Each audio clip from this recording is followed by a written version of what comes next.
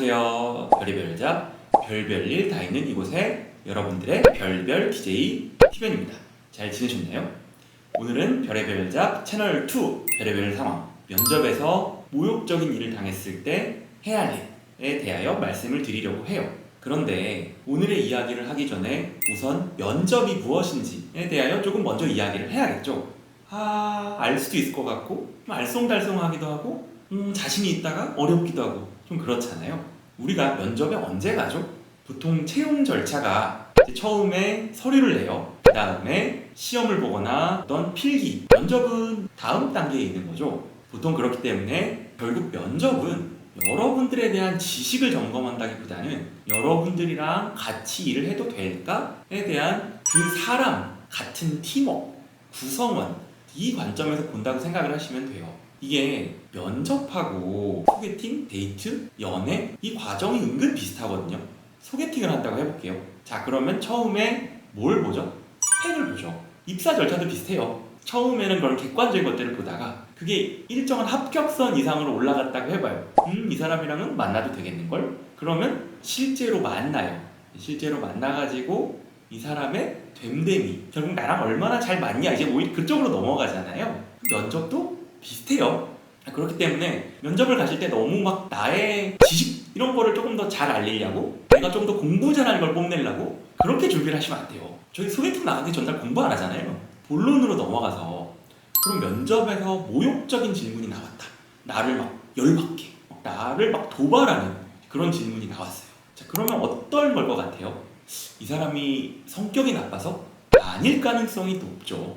결국 우리랑 팀으로 일을 하기 위해서는 이런 상황도 분명 있을 텐데 그런 상황을 어떻게 잘 견디느냐 말을 떠보려는 거기 때문에 그 도발에 넘어가지 않는 게 중요합니다. 그런 상황이 됐을 때 싸우자 또는 너무 저자세로 나가시면 안 돼요. 그러니까 대부분 뭐 도발적인 질문 또는 논쟁적인 질문이 있을 때 너무 공격적이지도 너무 수비적이지도 않은 상태로 예의는 갖추되 내가 할 말은 어느 정도 하는 그 스탠스를 유지하는 게 좋습니다. 또 내가 너무 모르겠는 걸 물어볼 때가 있어요. 근데 그거는 내가 준비가 부족해서일 가능성보다 그냥 애초에 아무도 모르는 걸 물어봤을 가능성이 더 높아요. 근데 모르는 거 물어봤을 때 가장 금물은 내가 아는 척하고 대답하거나 그 대답을 짜내는데 너무 많은 시간을 쓰는 거예요. 그러면 면접관들의 집중력이 되게 눈에 띄게 떨어지고요. 내가 그렇게 시간을 짜낸다고 했을 때 좋은 답이 나올 가능성이 없어요. 왜냐면 내가 모르는 거인데 차라리 그거는 생각하는 시간을 너무 길게 가져가지 말고 솔직하게 내가 여기까지 알고 있습니다. 내가 아는 부분하고 모르는 부분을 명확하게만 표시해줘도 좋아요. 이런 압박 면접, 나를 도발하는 면접이었을 때 또 하나 참고하실 거는 마지막에는 꼭 그래도 웃으면서 나오세요. 한국 속담에 그런 게 있잖아요. 처음과 끝이 좋아야 된다고. 처음과 끝이 좋아야 되는 건 진리입니다. 진리. 그렇기 때문에 그런 압박 면접이었어도 웃으시면서 저한테 오늘 많은 걸 알려주시고 시간을 내주셔서 감사합니다. 저한테 큰 도움이 되었습니다. 라고 훈훈하게 마무리를 해줘야 면접관도 기분이 좋고 이 친구는 같이 할 수 있겠구나 라는 마음을 먹어요. 그런데 오늘 또 말을 해야 되는 건 두 번째 경우죠.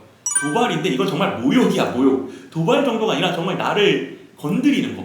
회사에서 필요한 게 아니에요. 애초에 막 나의 뭐 외모, 뭐 신체, 집안 환경, 뭐 나의 그런 정체성 이런 개인사를 건드리는 질문을 했어요. 근데 여기까지 가면 이제는 받아쳐야죠.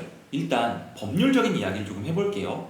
채용 절차의 공정화에 관한 법률이라는 게 있어요. 이제 뭐 채용절차법이라고도 하는데 거기서는 뭐 외모라든지 나의 그런 개인적인 것들을 지적을 해가지고 면접에서 그걸 물어보거나 이야기를 하는 것 자체가 금지가 돼 있어요. 이런 것들을 가지고 계속 물어보거나 지적하는 거는 채용절차법 위반이 될 수 있고요. 또 뿐만 아니라 나를 부적절한 것들로 차별을 해요. 예를 들어서 연령, 혼인 여부, 가족관계, 뭐 출산 이런 것들을 가지고 차별을 한다. 그러면 남녀 고용 평등과 일, 가정, 양립에 관한 법률이라든지 인권위원회법이라든지 다양한 법률에서 그런 차별을 금지하는 조항을 두고 있습니다. 물론 그럼에도 불구하고 계속 모욕적이고 명예훼손적인 걸 한다라고 하면 정말 뭐 형법상 명예훼손이나 모욕이나 다른 죄를 꺼낼 수도 있겠죠. 근데 물론 여기까지 가려면 증거가 필요할 거고 증거를 어떻게 만들 수 있을까? 나는 좀 생각을 해봐야 되는데 녹음기를 가지고 들어간다? 사실 면접을 준비하면서 쉽지는 않아요. 간혹 이 회사가 워낙 악독한 걸로 유명하다든지 휴대폰에 있는 녹음을 뭐 킨다거나 그런 대비 정도는 할 수 있겠죠. 뭐 그렇게 해서 진짜 고용노동부에 진정을 한다든지 형사 고소를 생각해 볼 수가 있습니다. 좀 이제 거기까지는 꺼려지는데 그렇지만 내 억울한 마음을 참을 수가 없어. 그래가지고 어떤 그런 취업 준비생 카페라든지 그런 데다가 좀 글을 쓸 수 있냐 이걸 물어보시는 분들도 많아요. 조금 단순하지는 않은 문제인 것 같아요. 그렇게 했을 때 무조건 명예훼손이 되냐 또 무조건 안 되냐 라고 단정하기는 어려운데 내가 너무 쓰시고 싶다면 조금 조심하셔야 되는 부분은 한국은 형법상 명예훼손이 되면 이게 사실이냐 허위 사실이냐에 따라 좀 다르거든요.